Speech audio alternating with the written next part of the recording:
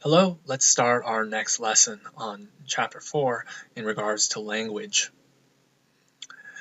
So first, let's talk about intension and extension. But first, let me say this, that language is important in order to assess arguments. For example, the truth of a premise depends on what the premise means. So we use language, right, to in part construct arguments. Well, it's important what the actual language in an argument actually means in order to test the premises, as well for both the true premises and the proper form test. So for a linguistic term or a word, it has an extension as well as an intension. So an extension is the collection of things in a term's class. It's what a term refers to. In other words, the extension is what a word or term is about. So for example, let's use dog, the word or term dog. The term dog is about, well, it's about things in the world. It's about certain things in the world. Namely, it's about dogs that exist in the world, the physical entities, dogs. So this linguistic term of dog refers to or is about actual real dogs in the world. So that's what the extension of a term is what kind of things in the world a term is about or refers to or signifies. The intension of a term, however, is the collection of features that all of the members of the class have in common. You can think of the intension as being a kind of set of descriptions about the extension or the members of the class. And these are the features that they have in common. So the intension of a term, you can also think of it this way. The intention of a term is if you were to look up that word in the dictionary would provide you a definition. Well, that definition is the intention of that word. It's the description or collection of features that all the members of the class have in common. So for example, dog, what would the intention be of the word dog? Well, it would be a collection of features about actual real dogs, such as is a mammal, generally has 4 legs, can bark, usually has a tail, etc., has maybe a certain kind of genetic makeup. So these would be the descriptions or collections of features about actual dogs. So as far as the term dog is concerned, the extension of dog is actual real dogs in the world, and the intention of dogs is a kind of definition of dog. So knowing the intention of a term can help you determine its extension and vice versa. For example, if you have a definition of what a dog is, what the kind of general characteristics of a dog are, then you can use that definition to determine whether the object in front of you is a dog or not. Also, if someone points out to you, oh, this is a dog, and that's also a dog, and this is also a dog, and you know the extension of the term dog, well then you just look at the extension of the term dogs, those things that were pointed out to you that are dogs, and then just kind of gather what the general features of dogs are, and that way you can come up with the intention. Okay, so now let's look into evaluating definitions. A good definition is a definition in which both the extension and the intention are accurate and clear. As we're going to discuss later today, when they're not clear, it could lead to problems in an argument.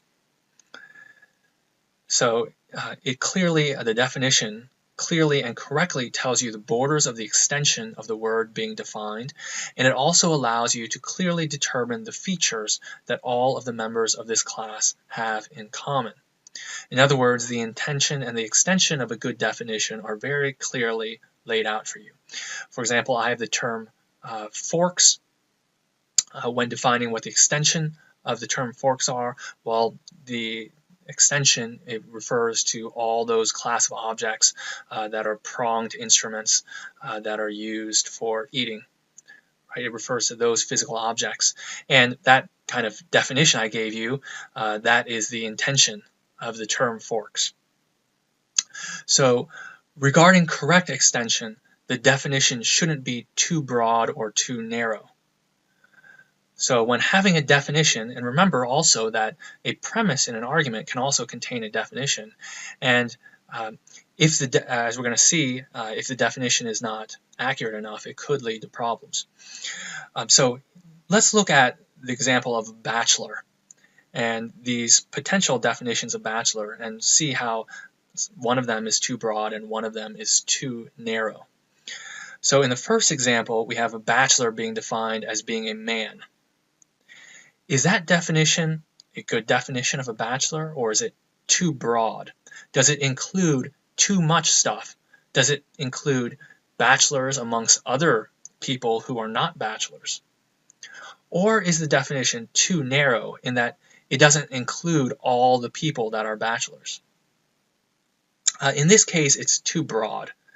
If you define a bachelor as a man, well then married men are also men, so that means by this definition they would also be bachelors. However, married men are not bachelors. So this definition is too encompassing. It's too broad. It must be more narrow. Let's look at the next example. Bachelor here is defined as being an unmarried male that parties a lot. Okay, is this too broad or is this too narrow? In this case, it's too narrow because it excludes certain people who are bachelors. For example, you can have an unmarried male who doesn't party a lot. They're still bachelors. So this definition is too tight, it's too restrictive, and it doesn't include enough people who actually are bachelors.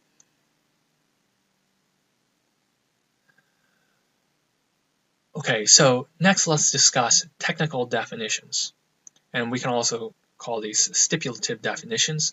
This is where you kind of stipulate, or you just say, okay, for the sake of this argument or for the sake of this inquiry, I'm going to use this term in a special kind of way, and I'm going to define it like this. Okay, so a technical definition gives a word a meaning that doesn't match common usage. For example, in evolutionary biology, the term fitness doesn't mean its common usage in terms of, let's say, exercise and being in shape, maybe playing sports. It doesn't match that, but rather fitness is something very particular. It's a kind of technical definition in evolutionary biology in regards to the survival of the animal itself, as well as the ability to produce viable offspring. So that is a technical definition, and it's perfectly fine to give technical definitions of things as long as you remain consistent in its usage, right? So next, let's look at a persuasive definition. A persuasive definition is a technical definition that is intended to be used as a dictionary definition. A dictionary definition is a definition that you could find in the dictionary. It's the kind of common definition of a word. So a technical definition that is intended to be used as a dictionary definition in order to bias an argument. An argument that has a persuasive definition does not pass the true premises test. So here we have, if you have a persuasive definition in an argument, then there's a problem with that argument. A persuasive definition is a technical definition where you define a term in a non-standard way, but then someone tries to use it in a standard dictionary kind of way in order to make their argument. But this creates a bias. So this is where the problem lies, in that you provide a technical definition, but when you commit this kind of fallacy, you try to pass the definition as being an ordinary dictionary definition, but it's not. To give you an example of how this kind of fallacy comes into play, here's an example of an argument. Children are 21 years old or less. The draft enlists children, so the draft should be stopped. So what we have here in the first premise, children are 21 years old or less, what we have here is that there is a technical definition being given of children. We're going to define a child here as being 21 years old or less. All right, usually children are not defined this way. Right, children might be, before they reach teenage years, for example. That's what children are. Then we move on to the next premise. The draft enlists children. So then we have the conclusion. The draft should be stopped. Well, here in the next premise, the draft enlists children, this is trying to use the term children in a ordinary sense, right? If we had a military draft that enlists real children, right, before they reach their teenage years, that would be wrong, right? So, however, in this argument, it's defining children as being 21 years old or less, which is the non-standard definition. So it's trying to, what this argument does is it puts forth a technical definition of children, but then in the second premise, it tries to rely on an ordinary definition of children in order to try to make the argument work and try to support the conclusion. But, when you're 18 to 21 years of age, you are an adult. So if there is a draft, that is a reasonable age where you could be drafted, and you're not a child in the ordinary sense. But the second premise relies upon and needs the kind of ordinary dictionary definition of children in order for the argument to work. And so this leads to a problem. So let's discuss ambiguity. Ambiguity is when a passage doesn't make clear which of two or more meanings it's intended to have. When a passage doesn't make clear which of two or more meanings it's intended to have. So sometimes words can be ambiguous and they have various different meanings, and it may not be clear what meaning of a term is in play. Here's an example statement. The money is in the bank next to the old oak tree. I have blank bold in bold there because bank could be a financial institution bank, or it could be the bank by the side of a river. So it's unclear what is being meant here. It's ambiguous. So there's a fallacy related to ambiguity. It's a fallacy of equivocation. And this is where an argument that changes the meaning of a term or phrase that within the argument. So if an argument changes the meaning of a term or phrase, there might be a term that is ambiguous and it changes that meaning of a term within the argument itself, that leads to a problem. There's a fallacy of equivocation, or in other words, of unclarity. To give you an example of this, the first premise is love is an emotion. The second premise in this argument is God is love. The conclusion is God is an emotion. So what we have here is we should focus on the word love. Love is an emotion. God is love. Love can have various different meanings, and in each of these two premises, love is given a different meaning in each of the premises. Love is an emotion in the first premise. Love is, as an extension, is about a psychological state. The second premise says God is love, but this is not meant to love here is not meant to be meaning a psychological state, and that's all God is this psychological state. The idea here of love is that God is love in the sense that God is all-encompassing, having all-encompassing love, and loves everyone. Right? So it's a different meaning of love in the first and second premise. And then the conclusion is drawn, therefore God is an emotion. In order for this argument to work, where the conclusion would follow, love would have to mean the exact same thing in both the first and second premises. That's how the conclusion is drawn. God is an emotion. However, this doesn't work because love has different meanings in the first and second premise. Therefore, the conclusion does not follow that God is only an emotion, right, if God were to exist. So here we see the fallacy of equivocation. We have words that are given where different meanings are relied upon in each case. So if you keep the same meaning of love throughout, then it will not pass the true premises test. So you must keep the same meaning of the term throughout the argument, especially when the conclusion hinges on the need to have the same word have the same meaning throughout. And here, let me just point out, this does have some similarities with the previous kind of problematic kind of argumentation we discussed in regards to persuasive definitions, right? In our example case, we have children in the first premise are 21 years old or less, and the draft enlists children in the second premise. Those have different meanings, right? The first one has a technical definition. The second one has a kind of dictionary, ordinary definition. So there are different meanings. So they are very much related. And with fallacies and arguments, you can have arguments that commit several fallacies, right? That can be in play. The kind of nitpicky distinction between the persuasive definition and the fallacy of equivocation is that a persuasive definition fallacy contains a definition that is a technical definition that is not standard or ordinary. Meanwhile, the fallacy of equivocation need not contain a definition that is a technical definition that is not standard or ordinary. Rather, the fallacy of equivocation can occur where a term has two different meanings, right? There's ambiguity in the meanings, but both of those meanings are kind of standard meanings, like bank has two ambiguous standard meanings, bank as being the side of a river and bank as being by a financial institution. There is no or being a financial institution.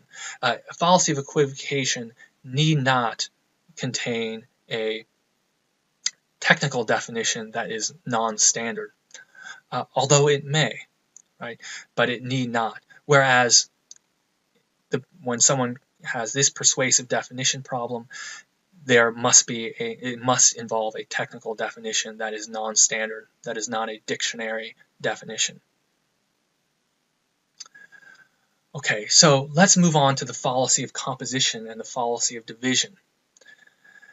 So there can be ambiguity in referring to a part of a group or the whole group. So just in ordinary language, sometimes one might be referring to a part of a group or to the entire group itself. And it would be important in many cases to clear up this ambiguity, because whether you're referring to a group or the whole, a part of a group or the entire group can be very important. So it would be important to be clear on this matter. And to see this, let's look at the fallacies of composition and the fallacy of division. The fallacy of composition occurs when someone argues that because something is true of the parts of a group, it's also true of the group as a whole. So it would be logically fallacious to say that just because a part of something has a certain property or quality, therefore the entire group has that property or quality. Now, it might be true that the part has a particular quality and the group or the whole also has that quality. However, you cannot argue for that successfully merely just by saying that since the part has this quality and the part is a part of the whole, therefore the whole has this property as well. That kind of argument would be fallacious. To see why this is the case, let's use an example of a wall, a brick wall. And let's say the brick wall is in the shape of a square. It has the property of being a square. However, the bricks that make up the wall are rectangular. They're not in the shape of being square. If I were to say that, well, a part of the wall, namely a brick, is rectangular, and then conclude, therefore, the entire wall is rectangular, that would be wrong, and that would be to commit the fallacy of composition. So that's an example of why you cannot conclude that the entire whole has the same property as its part, merely based on the fact that the part is contained within the whole. Next, let's look at the fallacy of division.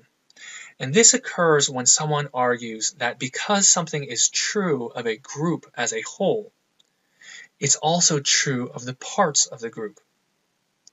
It may be the case, though, that the whole has a certain attribute, and the part of the whole has that exact same attribute as well. That's possible, but you cannot successfully argue that the part has that particular attribute merely based on the fact that that part is contained within the whole. And we can return to our same brick wall example. We have the square wall, and we can say, well, the brick wall has a property of being square. Therefore, every part of that whole, namely the wall, is also square. So in other words, each individual brick is square. We can see that this actually is not the case because in our example, each of the bricks are actually rectangular. Okay, so next let's discuss vagueness. So ambiguity is when a word has several different meanings. Vagueness, on the other hand, is when the boundaries of a term's extension is not clear. In other words, there's no fine line defining what the extension of a word is. For example, in a boy versus a man. When is a male a boy versus being a man? Does that change happen at 18? When they're 18, are they necessarily a man, or is that at 19, or is that 16, or 17? Well, the boundaries are kind of fuzzy there. So when you have fuzzy boundaries, this is an example of vagueness. Or when someone is bald, right? Can we call someone bald when maybe they have a receding hairline, but it's just started receding, and they pretty much have maybe 95% full head of hair? Are they bald then? Or is it when they have a 50% full of head hair, are they bald? Or is it 49%? What's the boundary? What's the fine line when defining someone as bald versus someone maybe who is not bald? Or how do we define when someone is old versus being not old? So there are words that can be vague, in which there are fuzzy boundaries. And many words are vague. So this is not necessarily a problem if an argument contains words that have vagueness to them. It's not necessarily a problem, and there just will be, that's just kind of the nature of the beast. There are many words that are vague, and there will be arguments, some of them successful ones, that contain vague words. Now, the dictionary definition or ordinary definition of a vague word should capture its vagueness. For example, when defining what a woman is, you can define it as an adult female person. And there is some ambiguity in what it is to be an adult, for example, and that accurately mirrors the kind of vagueness in what it is to be a woman. So this is appropriate. So you cannot avoid using vague words at all times. And you cannot completely remove vagueness at times. And once again, this is not necessarily problematic in and of itself of an argument if it contains vague words. However, sometimes it can be a problem, so there's a fallacy of vagueness. You should not make an argument that relies on vagueness in order to reach the conclusion. That's when it becomes problematic, when you rely on the vagueness itself in order to make an argument. When a statement is vague, you cannot determine whether it is true or false. This is, once again, when you're relying on when you have a statement that is vague and you're relying on that vagueness itself, you cannot determine whether it is true or false. Here's an example case. The first premise: not studying is associated with getting good grades. Second premise: we should get good grades. Therefore, conclusion: we shouldn't study. So what's going on here, I have in italics there, is associated with, because that's a vague phrase there, is associated with. We're not sure if not studying helps getting good grades or not studying leads to one or makes one not get good grades. With the word is associated with, we're not sure which one is which. Right? Whether it leads to getting good grades or deters one from getting good grades. Is associated with is a vague word here. And this argument relies on this vagueness in order to draw the conclusion that we shouldn't study. The idea here is it's reading into is associated with, it's interpreting it as being something along the lines of leading towards getting good grades. So there are some vagueness indicator words. Relates to, is associated with, connect to, etc. And there are many more in your textbook on this particular chapter that you can read in your textbook that are vagueness indicator words. So when we see words like this, it should ring an alarm bell, and we should check whether or not the vagueness of the words are actually being used to draw the conclusion. Okay, next let's discuss language and emotion. There's a fallacy of appeal to emotions. This is when someone uses emotionally charged language in place of arguments. And a lot of cases, when someone creates or commits the fallacy of appeal to emotions, they could be committing the appeal to fear as well. The fallacy of appeal to fear, or maybe even the fallacy of appeal to pity. Once again, there could be several fallacies being committed within an argument. And you can think of the fallacies of the appeal to fear and pity as being a subset of the fallacy of appeal to emotions.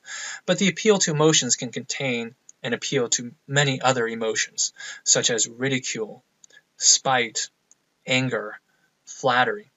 So in logic, when you make logical arguments, you should use reasons, right? Logical reasons to try to persuade someone to hold your conclusion. You should not use emotionally charged language. Here are examples of where the fallacy of appeal to emotions is being committed. Someone might say this: that is a horrific argument, therefore it's wrong. And maybe sometimes you've been in a debate maybe with one of your friends, and they just said, well, that's just terrible. Your argument is just terrible, therefore it's wrong. They haven't really given any details, right, why your argument in fact is wrong. They're just trying to kind of create maybe some kind of shock or maybe even some fear in yourself. They just describe your argument in very heavily emotionally laden words. And then they try to dismiss your argument. But no reasoning, no rationale was given for why your argument is wrong. So this is fallacious. Someone might say this: did you see how bloody and violent the crime was? He must be guilty. Right? It's trying to conclude for guilt merely based on the fact that the crime was a very violent one, trying to draw emotions of maybe fear or anger of how violent and bloody the crime was in order to try to persuade someone to feel guilt. So this is logically fallacious. Now, that's not to say that people commit this fallacy all the time, and they might purposely commit this fallacy. For example, lawyers can do this. Politicians try to appeal to your emotions many times rather than to using logical, rational arguments. That's not to say that people don't willingly commit this fallacy, but as far as logic is concerned, it's logically fallacious. There are also things, this term here, rhetorical devices. These are ways that writing can be made more emotionally powerful, or even in speech, oral communication, where people use certain kinds of devices to make themselves more, make their discussion or their writing more emotionally powerful and persuasive. So emotions, can be useful in persuading people to take a particular position. So when rhetorical devices are used, that's what they're trying to appeal to. However, as far as logic is concerned, we should avoid using rhetorical devices. We should use rational, reasoned argumentation to reach a conclusion rather than these rhetorical devices that appeal to emotions. Okay, so let's look at some problem sets here. Is the definition too broad or narrow in these cases? Looking at the first problem, it says, a dragon is a mythical fire-breathing creature with green scales all over except for red scales on its forehead. Is this too broad, too narrow, or is this definition okay? In this case, the definition is too narrow. You can have a dragon, for example, with green scales all over, but with no red scales on its forehead, right? You can have the mythical fire-breathing creature that's like that, and that would still be a dragon. Or maybe you can have a dragon that has just red scales all over. So this is too narrow because it doesn't include enough stuff. It excludes too many things that would be dragons. Let's look at the next example case. A gorilla is a mammal with 2 eyes and hair. Is this too broad or narrow? In this case, it is too broad. It includes too much stuff. It's too inclusive. It includes too many things that are not gorillas. For example, human beings are also mammals with 2 eyes and hair. But human beings are not gorillas. So this definition is too broad. Okay, so next, let's look at this. What's at play here? Is there the fallacy of equivocation being committed, fallacy of vagueness, fallacy of composition or division, persuasive definition, or an appeal to emotions? So here in this first problem, we have children will be crying and women weeping if we implement this policy. So here there's an unstated conclusion that we should not implement this policy. And what's being appealed to here is emotions, right? We appeal to emotion of pity, perhaps. We don't want women and children crying, so let's not implement this policy. It's a fallacy of appeal to emotions. And it could also a fallacy of appeal to pity as well. Loud music is a headache. Tylenol makes a headache go away. So taking Tylenol will make the music go away. Right, the conclusion here is taking Tylenol will make the music go away. The premise is, first premise, loud music is a headache. Second premise, Tylenol makes a headache go away. What's wrong with this? Well, what's wrong with this is the word headache. This is the fallacy of equivocation. It's using headache in different ways. Loud music is a headache. Here, headache is in the sense that it's kind of bothersome, or it makes me feel uncomfortable, or I don't like music, loud music. Right? That's the meaning of headache in this first premise. In the second premise, headache takes on a different meaning. It's a kind of psychological state of pain, right, in the mind. Tylenol makes a headache go away. In order to reach the conclusion, Tylenol will make music go away, headache in both the first and second premise must mean the same thing, but they do not. Right, so this is fallacy of equivocation.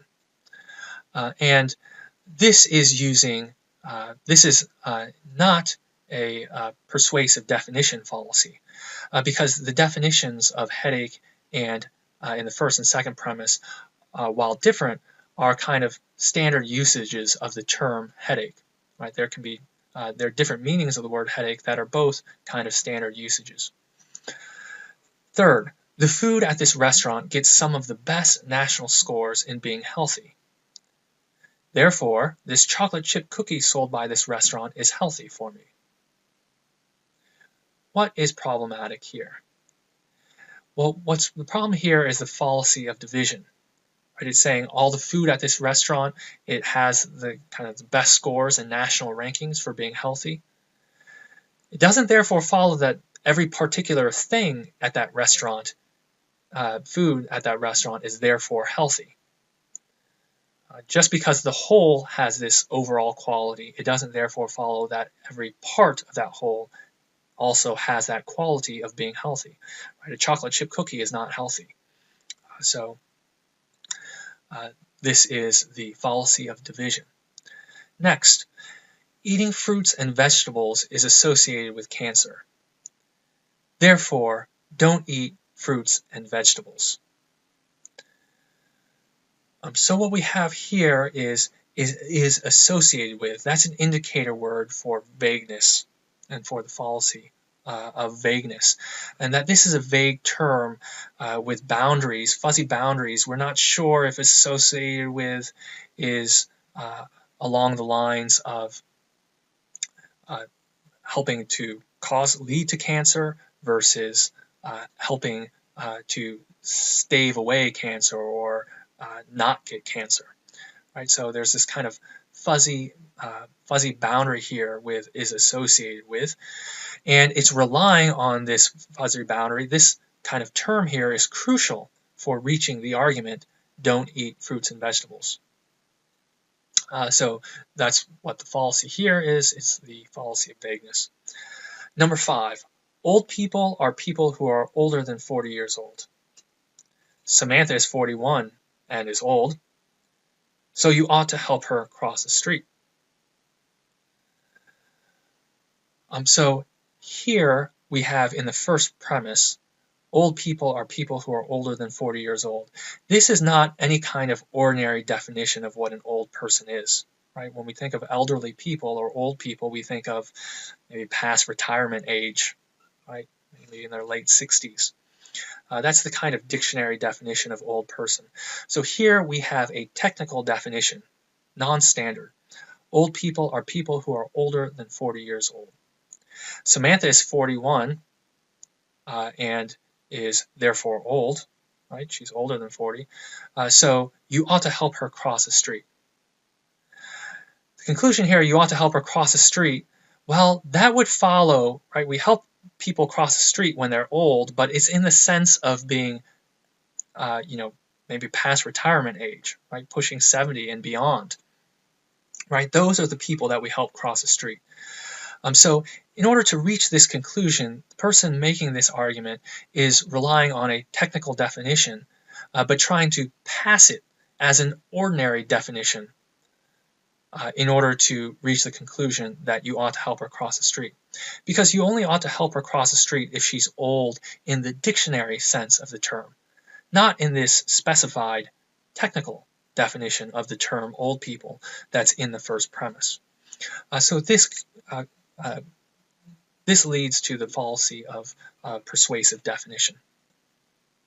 All right, so that's it for this lesson, and I'll see you for the next lesson.